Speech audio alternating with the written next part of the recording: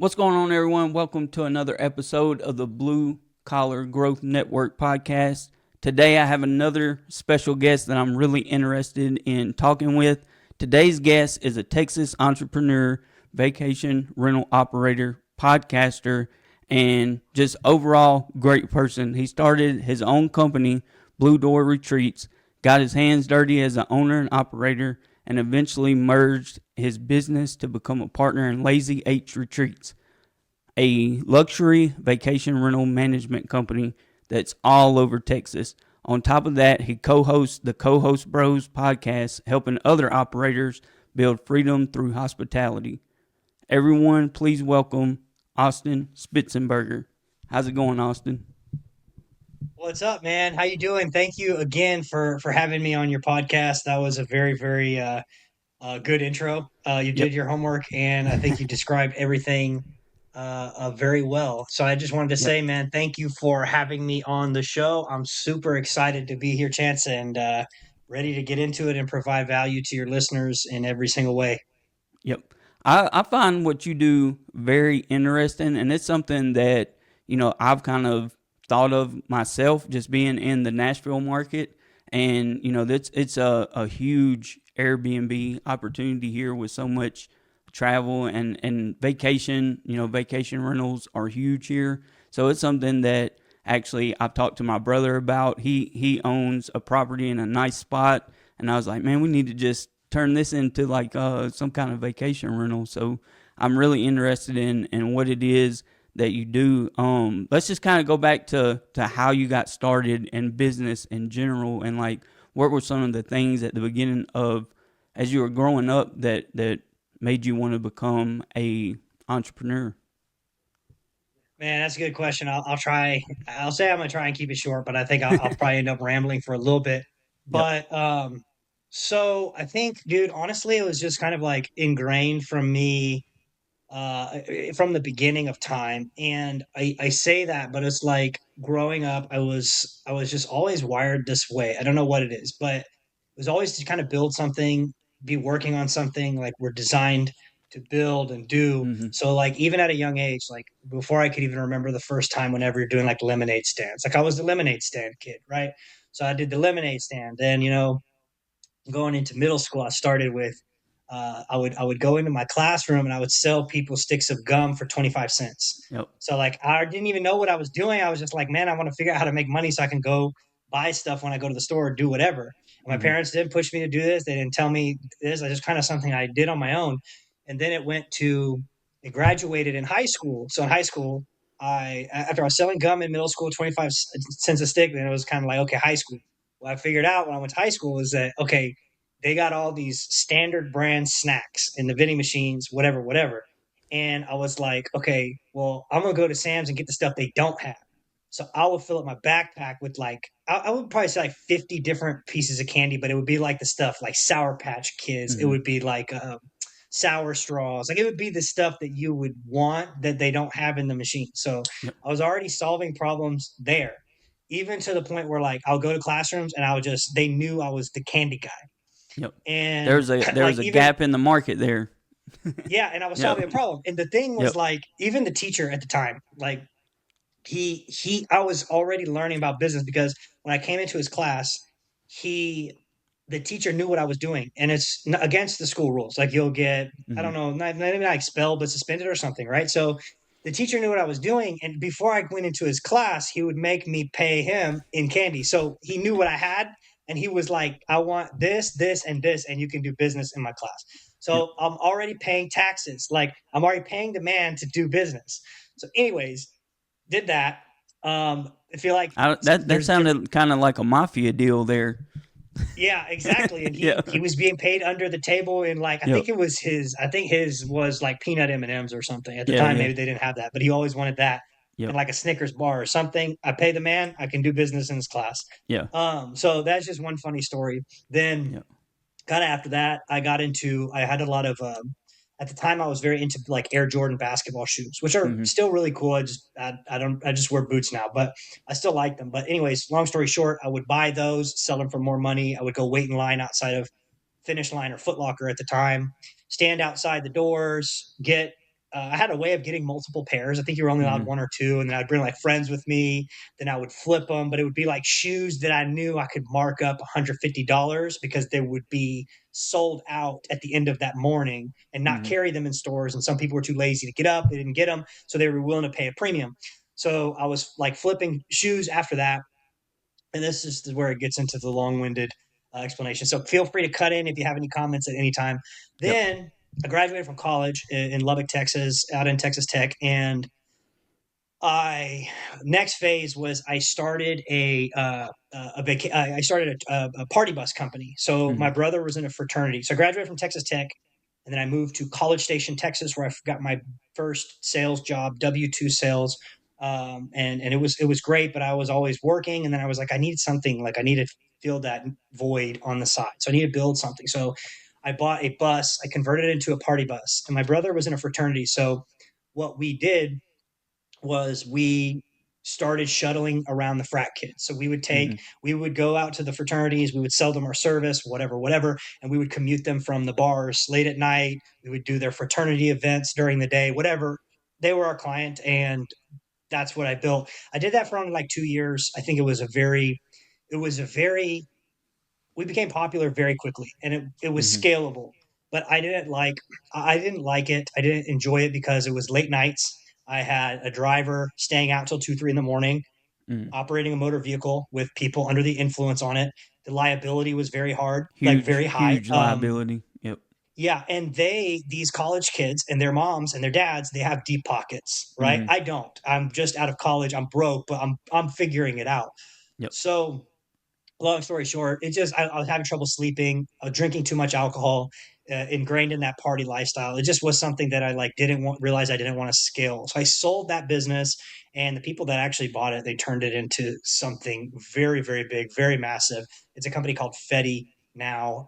They Mm-hmm. are real big. Like Mark Cuban is an investor in them. It is Yep. insane. The people they took my business model and they moved it into something. They did something totally different, but they kind of took like the way I priced it. Like we set up our business to where like broke college kids, they paid Mm-hmm. per person. So you'd pay me $10, and I had a credit card reader, like a Square at Mm-hmm. the time, and then I could also take cash. So each person could pay individually versus saying, "Hey, we want your party bus for the night. We need to come up with $1,000, pull it all together." It's like, no, we show up and you pay on site. If you want to get on, you pay us. Yep. So it really was good, and it solved a problem. Anyways, long story That short, that sold that business. industry Go is ahead. huge here. That industry is huge here in Nashville. Like in the Nashville market, there's like the bachelorettes parties, all that stuff, just crazy here. Like, and it's exploded the last 3 or 4 years, but it's been insane to see how that grew and how the bachelorette parties grew here in Nashville. But Yeah, no, 100%. And they built it out to where they have like an app. So it's probably one of those things where they're like they'll just get they're so yep. big already. They've took my business, small business, and made it into something really big, which I would have never done anyways on Mm-hmm. my end. So I'm cheering for them.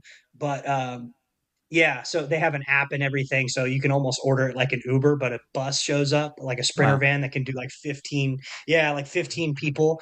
They like they're the real deal. Like, Mm-hmm. you know, there's famous people like Taylor Swift and stuff. Like they have photos of them using their product, Yep. and they like Travis Kelsey and all these people. But anyways, Yep. so then I got after that. Try not to give too much of my entire life story here. I'll get No, into you're how I got good. into vacation rentals and property management was kind of my thing after I sold that business.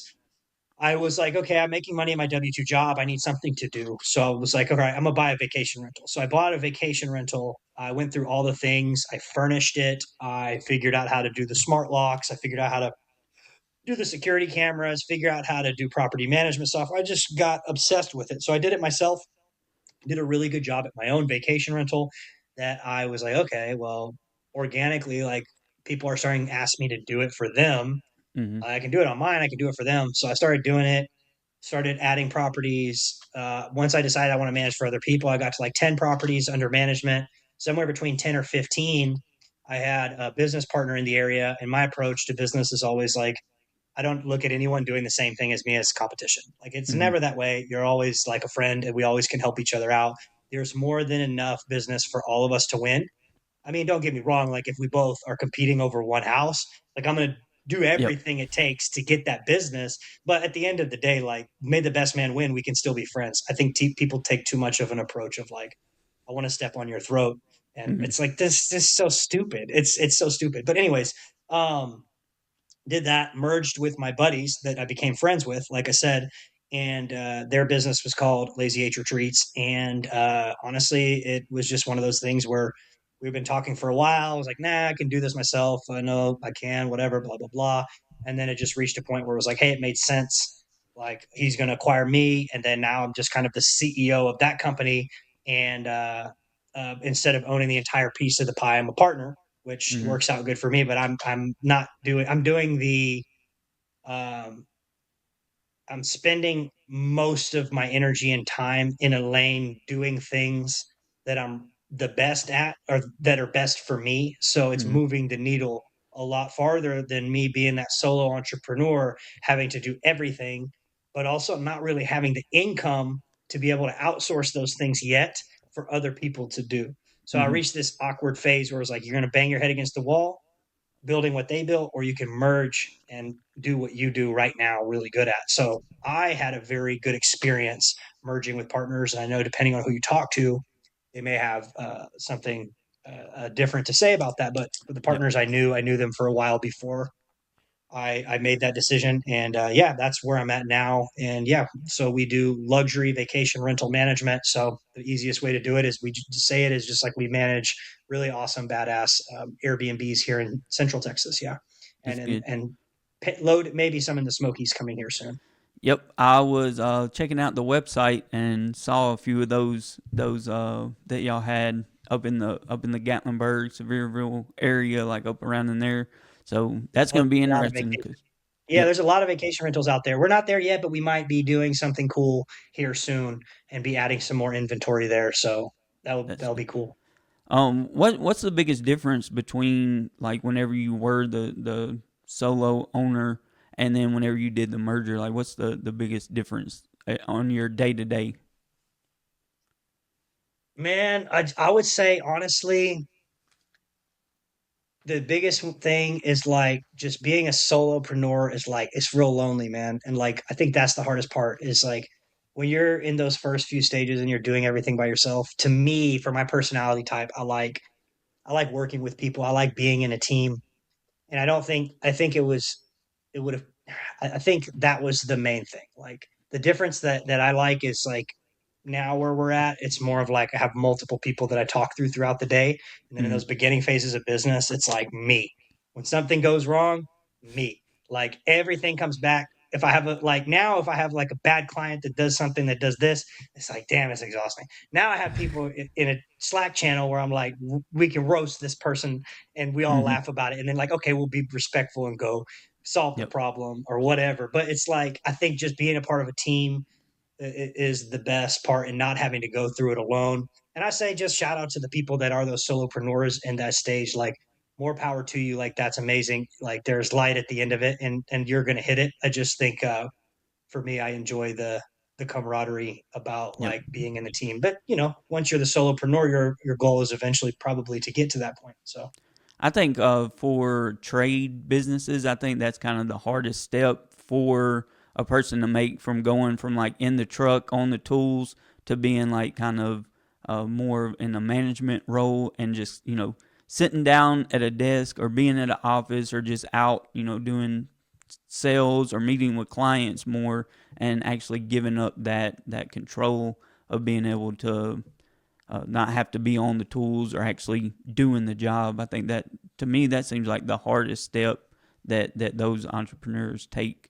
So I think that's good, that you was able to recognize that opportunity and be able to see the opportunity in the merger and the value in that, and you're able to do what you can do best and your partners can do what they do, and it all works out for everyone, and it helps the bottom line a lot too. So, yeah, yeah, no, 100%, man. And yeah, I think you said it. You said it well. Is like I think that's a problem that a lot of people face is that mindset of like nobody can do it better than me, mm-hmm. and you know that mindset. that mindset keeps you stuck. Like that's really what it does. And it's like I see a lot of people, and I talked to another operator the other day.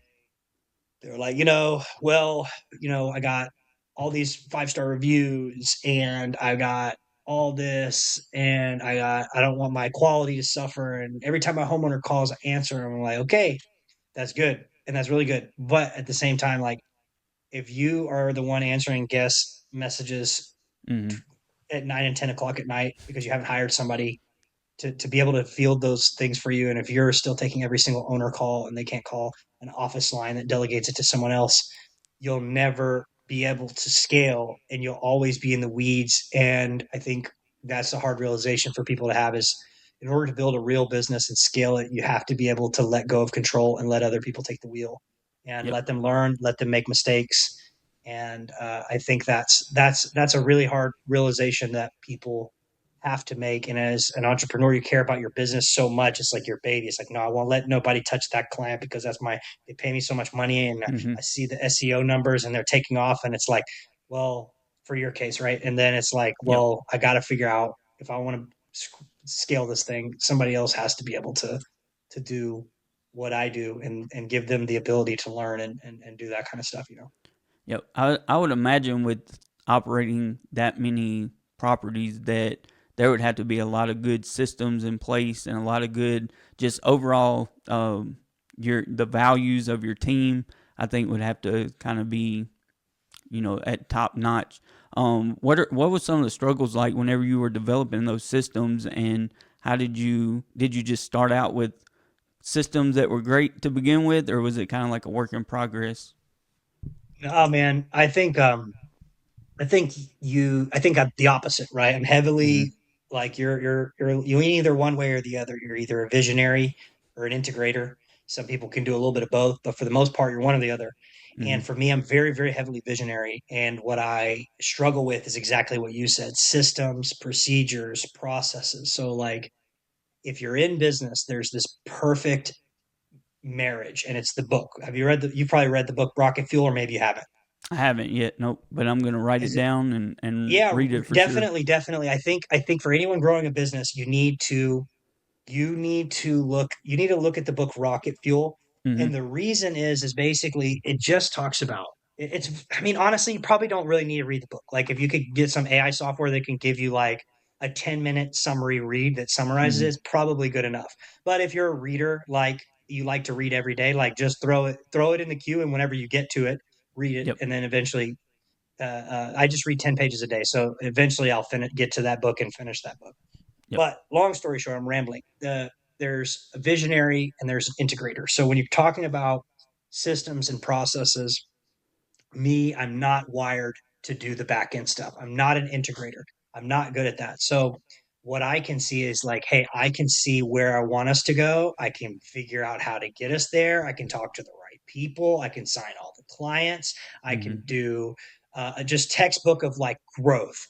But with that growth, where people mess up is you need somebody on the back end that has the reverse wiring where they're like, I don't see how this guy thinks we can do all this stuff. But when I do all that stuff, I need somebody on the back end that's like, okay, once he has all that stuff, I know how to do Plug it this. all I in. know how to Yep. write SOPs. I know how to do all these things. So I would say I'm not going to take credit for any of that. I think I can take credit for growing the business, growing the bottom line, signing the clients, making sure our properties are doing really well.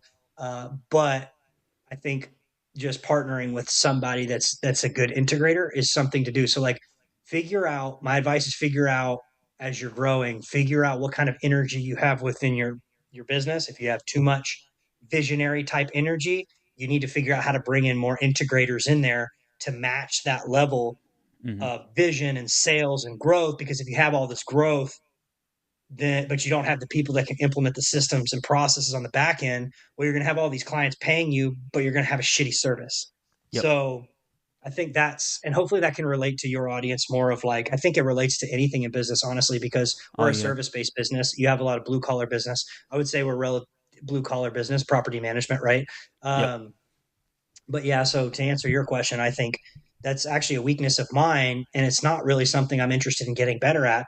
I'd rather just find the people that are good at that to do Mm-hmm. the integration level tasks because that's what they love doing. That's the way they're wired. So let them do that versus me being like, oh, I got to figure out how to do a system for this and this and this and this, you know?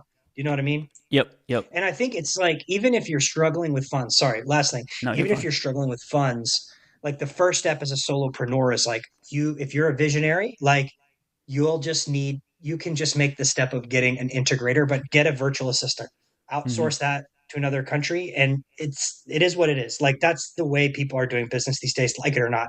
And you get a virtual assistant that speaks really good English, and you can pay them less, but in their country, that's a lot of money. So Hmm. it's leverage, It's a right? Like you're win-win. leveraging.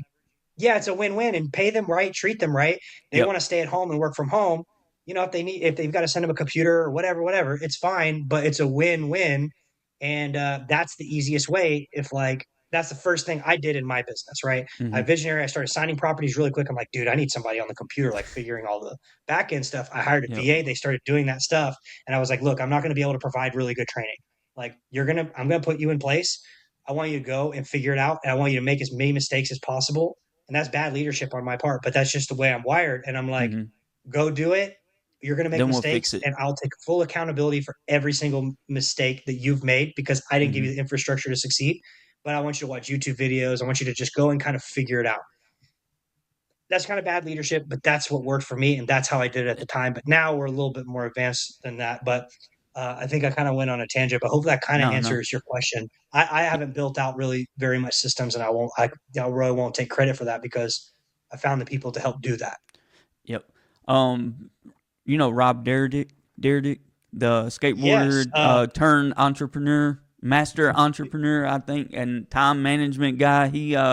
He basically, that's what he realizes, that he's good at startups. He's good at the idea phase and just kind of getting everything started, but he's not that great at actually running the business. So that's what he pretty much does. Like, he helps a lot of businesses get started up, and then he invests into it to get it going and has the vision, but then he just kind of lets everyone else manage the operations and everything because he just knows what his strengths are. And I think that's important in business, to know like what you're good at, what you're not good at, and then hire those things out. And just, the businesses that do that are way more successful, in my opinion, it seems like. So, Chance, what's funny is I think it's funny you bring that up because that was like the comparison I always got growing up was Rob Dyrdek, mm-hmm. like Fantasy Factory, all those phases. But like now, I have muscles, I have a beard, like I look different. But I was like always a scrawny little white kid, and Me too. I skateboarded too. So like it was Yep. like and I was real. I think I'm still like that, but I was real spazzy like Mm-hmm. him, like just all wired, all crazy. And so like everybody always called me Rob, and then I had a friend, his name was Sonny, Mm-hmm. and he was the big guy, and they called him Yep. Big, and it was the same personality dynamic too. So it's Yep. just funny that you bring that up. But yeah, I was always referred to as Rob Dyrdek as a Yep. kid. Like, Did you play any other sports in school, and what did you learn from that like translated to business? yeah, good question. I played basketball, and I was surprisingly as like a 5'10" white guy. I was decent at it. Hey, But we're I we're it was we're enemies. I wrestled in high school, so it was always like the basketball guys and the wrestling guys were always fighting for the gym. But yeah, I feel yeah, like that definitely happened. That was what did you go to? Did you go to a smaller school or did you go to a big school? it was a pretty good sized school. I mean, we had a Pretty good. big gym and a small gym, but the wrestlers were like, "No, we don't want to be in the small gym. We want to have the big gym." So it's always, we used to say, the greatest sight on a basketball floor is wrestling mats from door to door. That's what we would say. But Dude, I don't even know. wrestling I don't even know wrestling if we was my had a main sport, but good. basketball was my second. That was, if I wouldn't have done that, and I was 5'5", so it wouldn't have worked out good for me. Yeah, it didn't work out good for me either. I mean, I was good. Like, I mean, I played basketball. Like, I was my junior and senior year. I was a captain, but I was more of just like a leader. Like, I was a point guard. I was obviously a point guard as I was 5'10", but I was a leader. I was very skilled. I was very smart. I just didn't have. I would say I just didn't have the athletic ability. Hmm. Like. to play at the next level. Like it just is what it is. Like couldn't run fast, couldn't jump high. I was very smart. I had very good ball handling skills. Nobody could take the ball from me. Um, I could shoot pretty good, but I could really put people in the right places to succeed. Hmm. Um, but anyways, don't want to be that guy sitting on a bar stool talking about his high school glory days. Yep. But no, man, honestly, everything I think everything like everything translates into real life. So everything that I've learned through youth sports and stuff like that. And I mean like Yep. competitive youth sports, not like the neighborhood team. I think it teaches Hmm. you about life, teaches you about competition. There's no participation trophies. If you lose, you lose. Yep. Um, that kind of thing. But I think, and also like it's also translates to like working in a team, like in a business, like Hmm. working with other people and being able to communicate and figuring out, how to get things done and how do you want people to do things your way. But yeah, I think that's really critical, and I think that's something like for my son, I'll pretty much Hmm. push him sounds bad, but like he'll need to Yeah. be involved in team youth sports because there's so many valuable life Hmm. lessons to be learned there. I mean, wouldn't you agree? Yeah. I wrestled, and it was like we were part of a team, but then it's kind of different than like football or I think it's similar to like being up to bat in baseball more because it's just you up there. So if you like in wrestling, if I got pinned or if I lost, like that was on me. I couldn't blame the quarterback or I couldn't blame someone for not passing me the ball. Like I just had to take it and I think and whenever you're a business owner, there's ups, there's downs, there's wins, there's losses, and I think that sports kind of prepares people, and it's competitive too. So I think a lot of times business owners who were uh, played sports and who were athletes, I think that they have more success because of you're already been through a lot of the things that business owners go through. So, Yeah, I couldn't agree more. I think like it teaches you how to compete, right? So like that's exactly another good point from sports because if you especially if you want to be a business owner, like you have to have the will and the drive to go out there and compete, like not like a 9 to 5 where you just show up, you do your mm-hmm, task, you clock in, you go home. So like I think there's a lot of lessons definitely true to your point that translates into to entrepreneurship.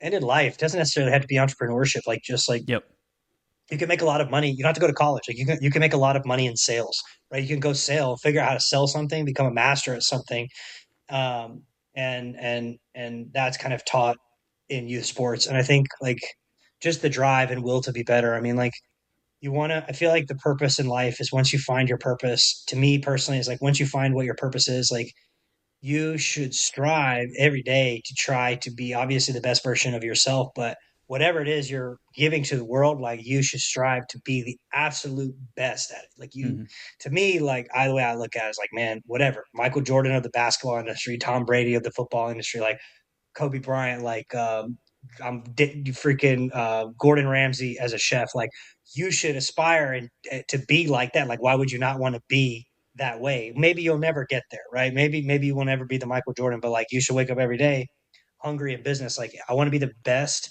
vacation rental manager in the country with the best properties to where when we go somewhere, we go to a conference within our industry, like everyone knows who we who are, we what we are. stand for, what we're about. Our profitability is good. We do this, we do that.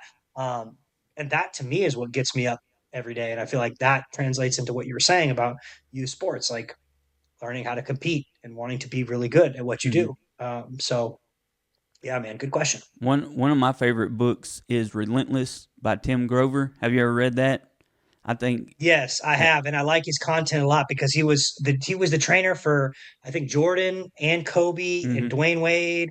He produced a lot of. He was the trainer of the best. But yeah, I mm-hmm. love that book.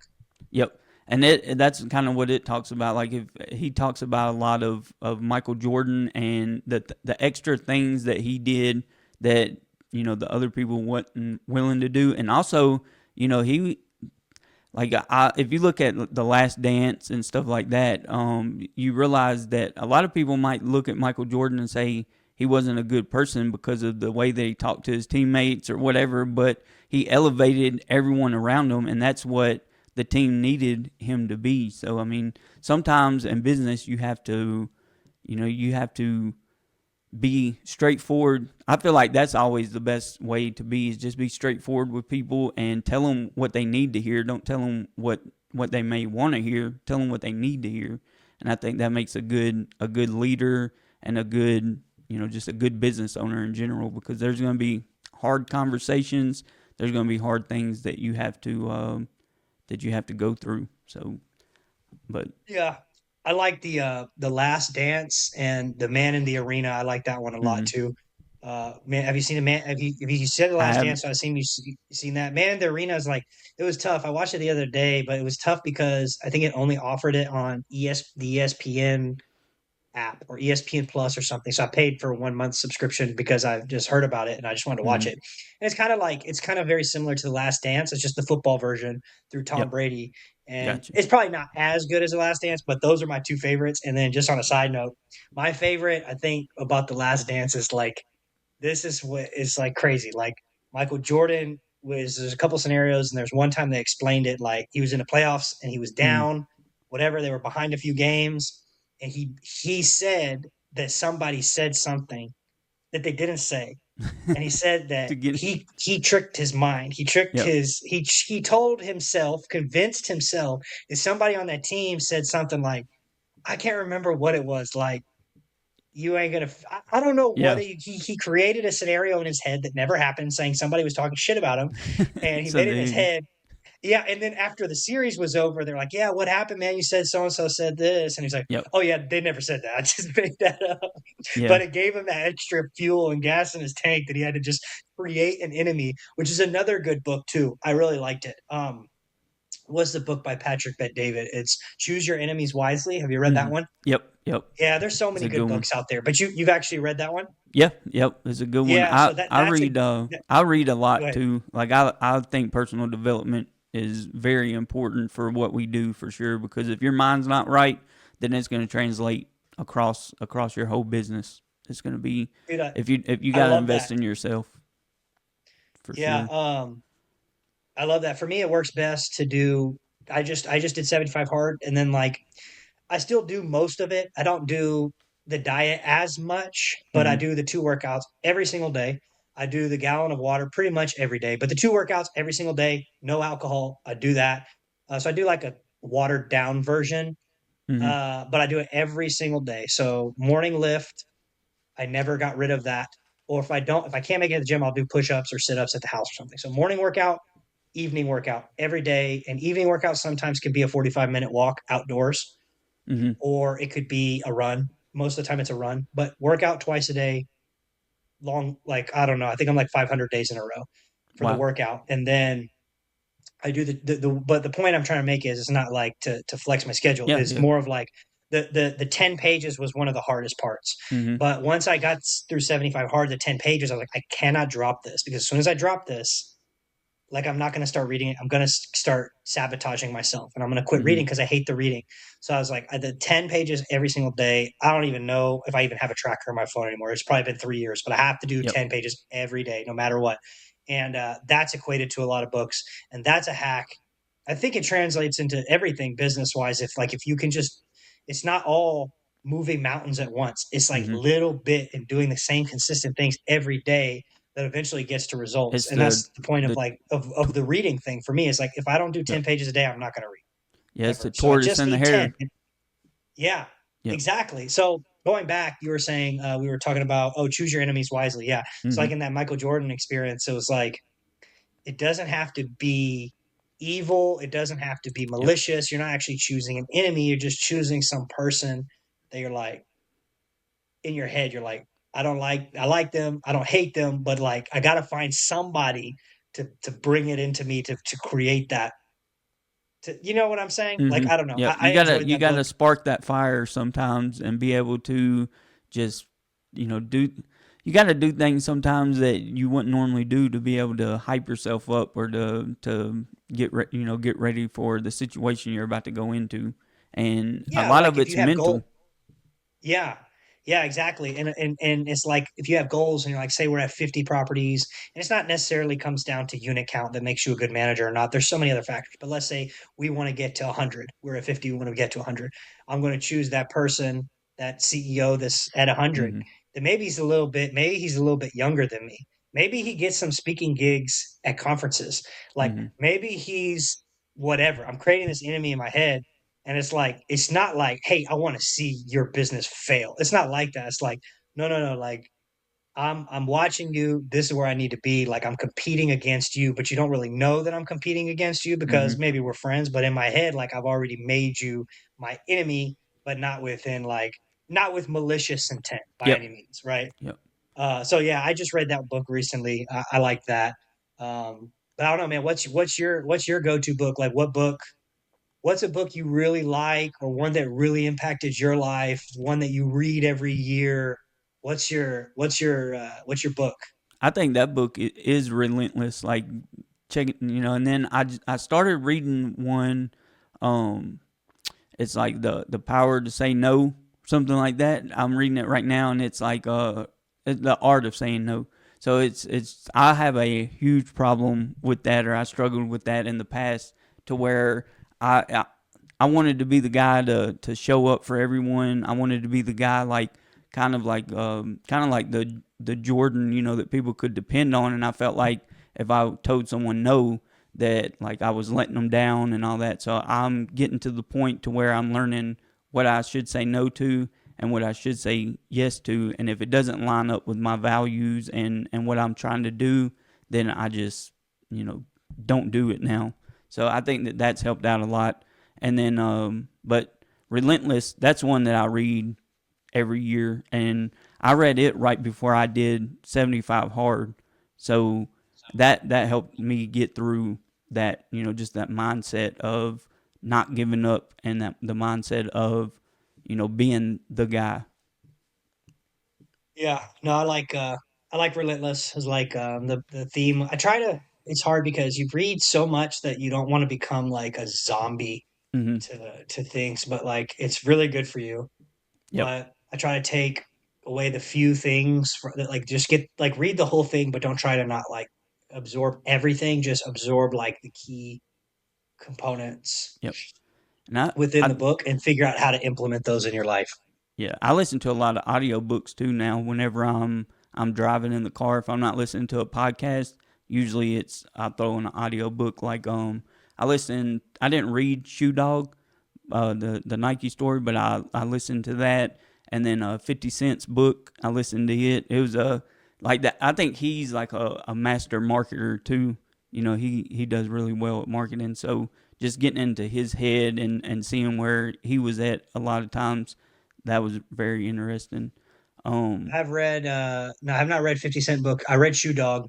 I yep. can't do the audiobooks though, man. Like I really can't Yeah. because the audiobooks is like I just when I'm driving, like I don't want to blame it on something, but like I can't find myself locking into a book when Mm-hmm. somebody else is reading it. Like I can't, but when somebody is having like a podcast, if they're having a conversation, Yep. I can put myself in that room as like a listener, and like I'm like hearing engagement going back and forth. So podcasts work, but every time I try to do an audiobook, I'll just play it when I'm driving, and then as soon as like 30 seconds goes in, I'll already be zoomed out and thinking on something else. Like it Yep. just doesn't work for me. So I can't do audiobooks, but I just read paper books and then I do podcasts. Yeah. Um, Reading but yeah, reading's definitely the best way to retain it, for me as well. But you mentioned podcasts. You have a podcast, and it's called the Co-host Bros. And y'all just you just talk about? I've listened to some of the episodes. Y'all just hit episode 100, so congratulations on that. I think if you get past episode 5 with your podcast, that's like a huge accomplishment.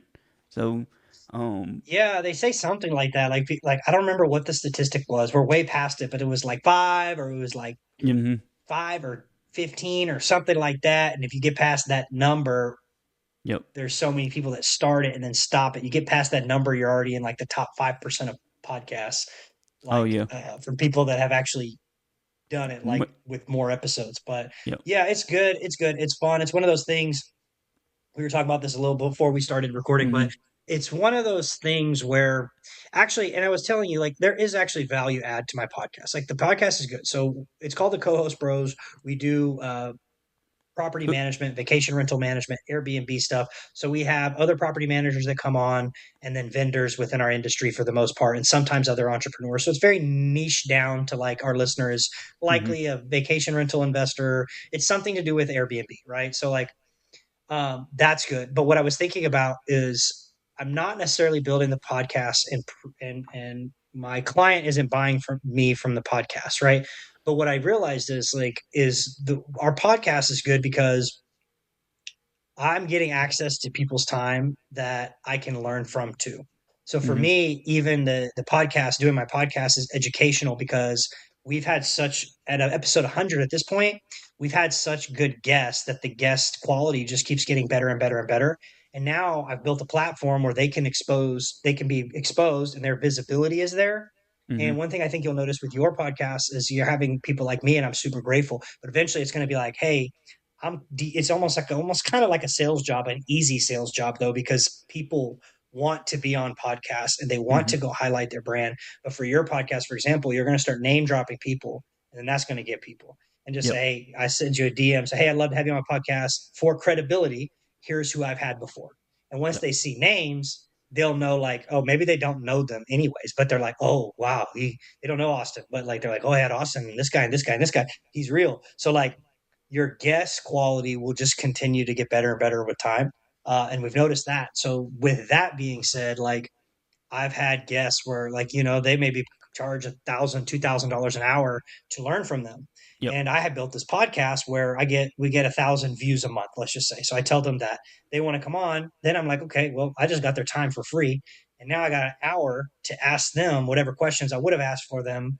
So it's kind of selfish in a way because I am wanting to know what I want to know so I can go Yep. implement it in my business. But at the same time, the listeners also want to know the same questions that I'm asking. So it's also, we get good viewers, we do vacation rental management, and it's also another additional opportunity.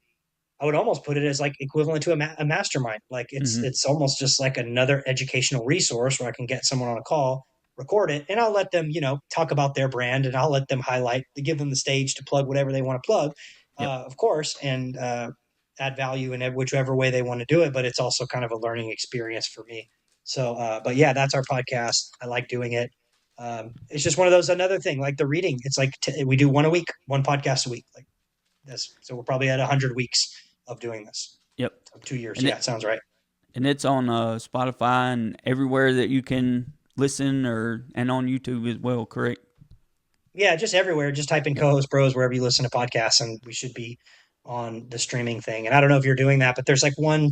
My co-host does all the stuff on the back end, Mhm. but there's one service I guess we use that pushes it to everything, Everywhere. and I guess Mhm. we pay for it. Yeah, so hopefully, I'm sure you're doing that, but um, Yep. Yeah, it's been a learning experience for this podcast because I'm on another podcast as well, and I just kind of show up and I do a lot of the technical side of that podcast. But as far as like the promotion, all that stuff, and I'm in marketing, but I don't really do too much of that on that side. They handle everything, so it's been a process learning this for sure, and I know with time everything gets better, and but.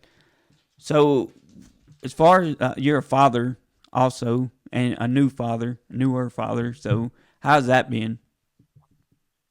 man, dude, it's been awesome, man. It's like, I don't know. It's just it's definitely the coolest thing that I've ever done. And I think it made me realize that other things in life aren't really as important. Like, Mm-hmm. I try to always have to push yourself to be more present at home because you're always obsessed with moving the needle and doing this. And guys like you and I, the personal development stuff, and we're always thinking about becoming the best version of ourselves. And that also translates into being a good dad, I think. But for me, um, for the most part, man, it's just been it's been an awesome experience. I love it, but it made me realize that things aren't as important Mm-hmm. as, like, just being present and helping raise and love on that little human being. You know what I mean? Yep.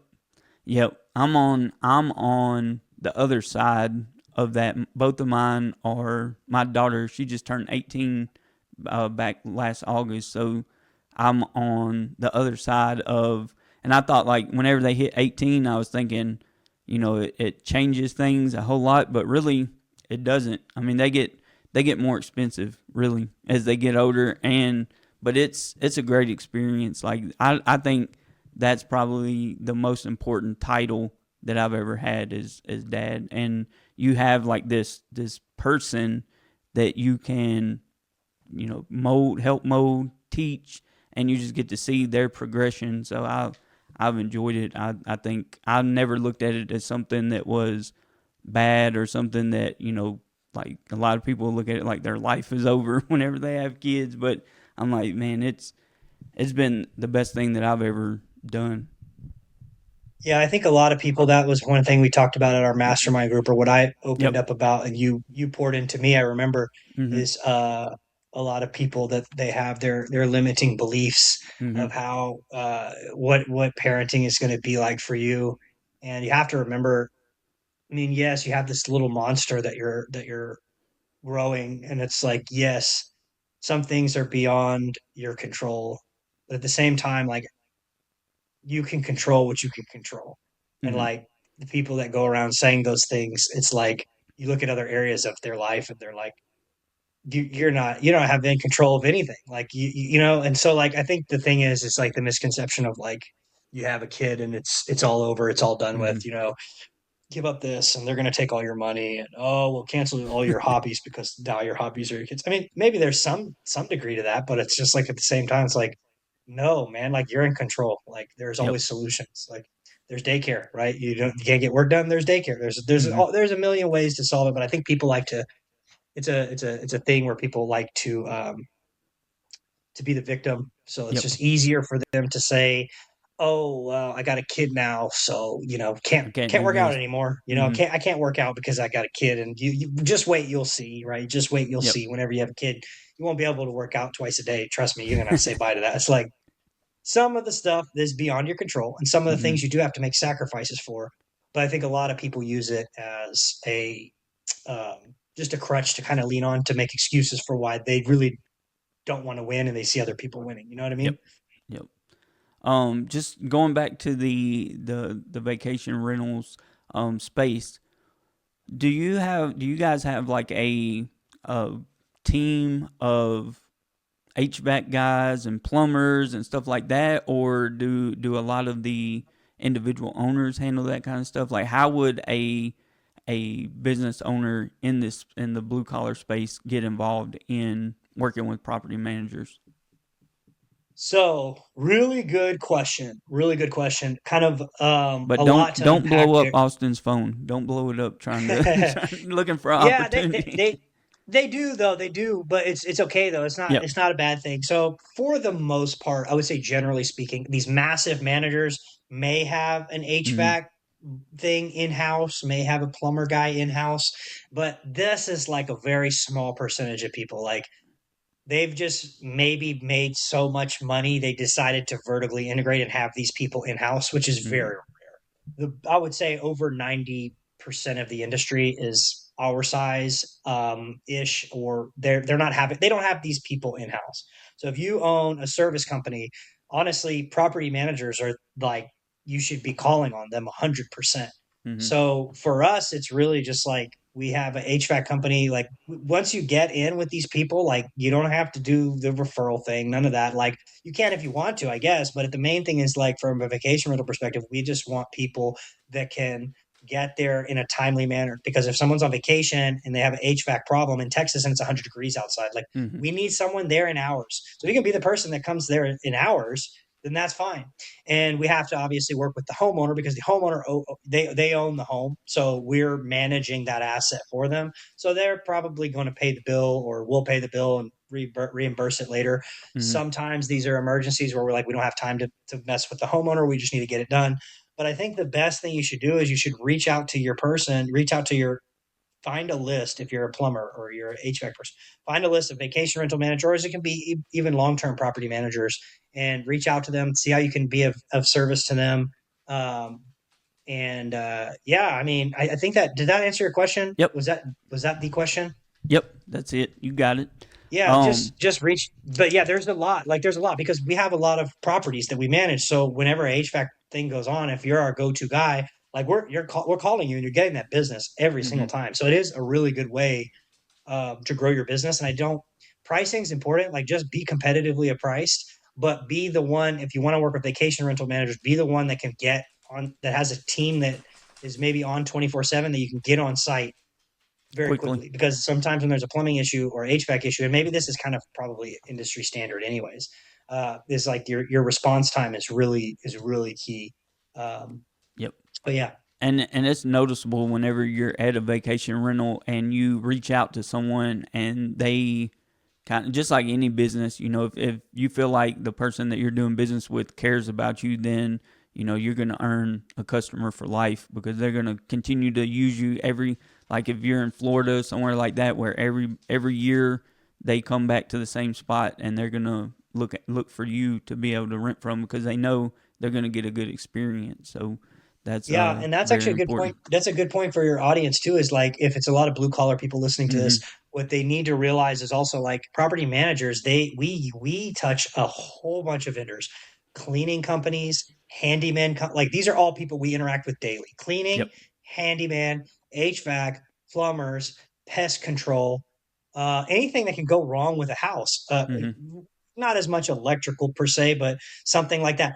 Pool cleaning companies. Like if you own a pool cleaning company, it's like if you live close to a vacation rental market, like call the vacation rental manager and be like, hey, like is your pool guy good? Like we can do this. Like Yep. anyways, there if you're a blue collar service, there's probably a way to work with vacation rental managers for sure. Yep. Um, where are you headed? Where do you see yourself in about 5 years from now? Yeah, I guess my question to that is like personal or business or both. Both. Yeah, so business wise, there's certain number metrics I expect us to Mhm. be at. I would say if we're at 60-ish vacation homes, pending a few more added. I'd like to be in 5 years at probably about 200 would be good. And there's certain booking numbers that I would want to be doing. I won't say it because for most people Yep. it won't make sense of what that number actually means. But 200 luxury vacation rentals, being the best in the space, being a brand that people recognize and identify, and they're like, man, those guys are really good operators. So being the best and kind of what we talked about earlier at what we do, and then honestly, just like keep doing the things personally that I continue to grow, focusing on personal development, focusing on being the best business owner I can be, the best dad that I can be, the best human I can be, avoiding vices, avoiding toxic people.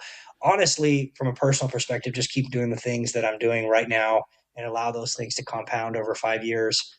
Um, but yeah, I mean, I think that's pretty much it. What Yep. about you? Where do you see yourself in 5 years? Man. Interviewing That you now. yeah, that's that it is tough to look at. And obviously like I was saying earlier that my I'm in a different stage of life now with my children being older. So I had kids at a very young age. I got married, graduated high school, and had a son all in the same year. So I've been raising kids since I was a kid. So I think now, and me and my wife, we've always had a great relationship and always spent time with each other and everything. But with both of our kids being older, we want to travel a whole lot more and just really experience a lot of the travel that we probably should have done more when we were younger, but we just didn't. And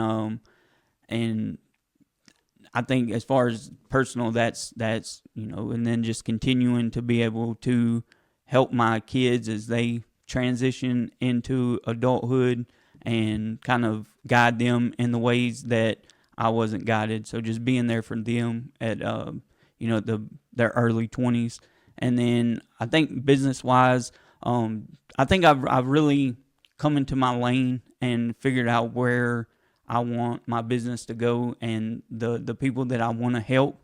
And always with blue collar, I've always had a love for blue collar just because of where I came from. A lot of my family is blue collar, and I have blue collar business owners in the family. So I think that continuing to service them, and with AI and all that stuff, it's kind of hard to predict where any industry is going. But I would like for us to be a front runner in that space and be able to use AI to help business owners, specifically blue collar business owners. And I think there's a huge opportunity there on our side and on the trades business owners as well. So obviously that like I'm looking for better quality clients and to just be ingrained into their business over the next year rather than having a huge quantity of clients. That's kind of what we're looking at now. Have you? I know you said you listened to my 100 episode with Yep. Mike McCallowicks. Have you read The Pumpkin Plan? I haven't read the Pumpkin Plan. I need to. Do that. Yeah, You Rocket you Fuel and The spoke Pumpkin highly Plan. of it on that episode. So Dude, what you just like, I would read that now. yep. I would do it Yep. right now. And like that, based on what you just described, read that book. And like that book changed my life for sure and Yeah. my approach to business. And it's like, it's one of those business books that's like not boring. Like Mhm. he writes really good to where like, I don't want to say like, I don't even know if I'm like a low IQ person and that's fine, whatever. But like just somebody that can't really like, I just need some things like very simplified. Like I can't do the Yep. big words. I can't do all that. Like whatever. But he writes it so well, and he basically is explaining how to build your business and how to transition from what you have built in the early stages. Where exactly you're reading a book too that's Mhm. good that says say no, learning how to say no. It Yep. kind of it pairs well with that because you're learning how to say no to things, and in your beginning in your business, you probably say yes to a lot of clients. Oh yeah. He's telling you, hey, if you are here, here's a pathway of how to fix it, Yep. and we did it in our business Yeah. specifically for us, and it's just the reverse of what you think. It explains like Mhm. how actually doing his method and almost essentially firing bad clients Mhm. that are the time suck and everything, it grows your business. And it's just if once you sear that in your That's brain, we've done that within our business, and we haven't grown unit counts in like 2 years. So we've mhm. been at the same, like about 60 range, but we make way more money. And it's Yep. just because we've kind of fired clients, brought in clients. And once we brought Yep. those clients, fired them, brought them in. And it's a tremendous book. But anyways, I'll get Yeah, off of that now. But there's power in not being. Um, I always say like I don't want to be the. There's nothing wrong with Walmart. I shop at Walmart, but I don't want to be the Walmart of business of my lane. Like I at a certain time, I just took whatever I could get, and I wanted to build my resume.